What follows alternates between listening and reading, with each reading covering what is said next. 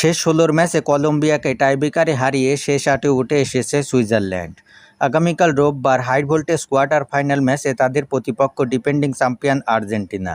যুক্তরাষ্ট্রের কানসাস সিটিতে ম্যাচটি মাঠে করাবে বাংলাদেশ সময় সকাল ৭টায়। মুরান ইয়াকিমের কোচিংয়ে সুইজারল্যান্ড মূলত তাদের দুর্দান্ত রক্ষণ কৌশলের উপর ভর করে ২০৬২ সালের পর প্রথমবার কোয়ার্টার ফাইনালে জায়গা করে নিয়েছে। মাঝমাঠ থেকে আক্রমণভাগ পর্যন্ত মূলত ৪ জন খেলোয়াড়ের উপর ভর করে এতদূর পর্যন্ত এসেছে তারা।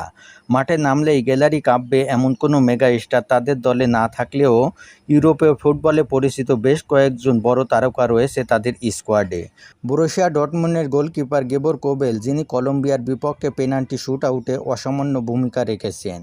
দলটির রক্ষণভাগের নেতৃত্ব দিচ্ছেন ম্যানুয়েল আকালজি। তার ঠিক সামনেই রয়েছে দলটির প্রতীক ও অধিনায়ক গাতিন জাকা। মূলত তিনিই এই দলটির প্লেমেকার ও মূল চালিকা শক্তি।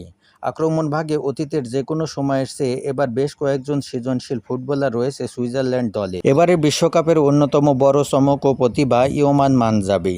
২০ বছর বয়সী এই সুইস ফুটবলার ইতিমধ্যেই টুর্নামেন্টে নিজের জাত চিনিয়েছেন। বিশ্বকাপে ইতিমধ্যেই ৩টি গোল ও ২টি অ্যাসিস্ট করেছেন তিনি।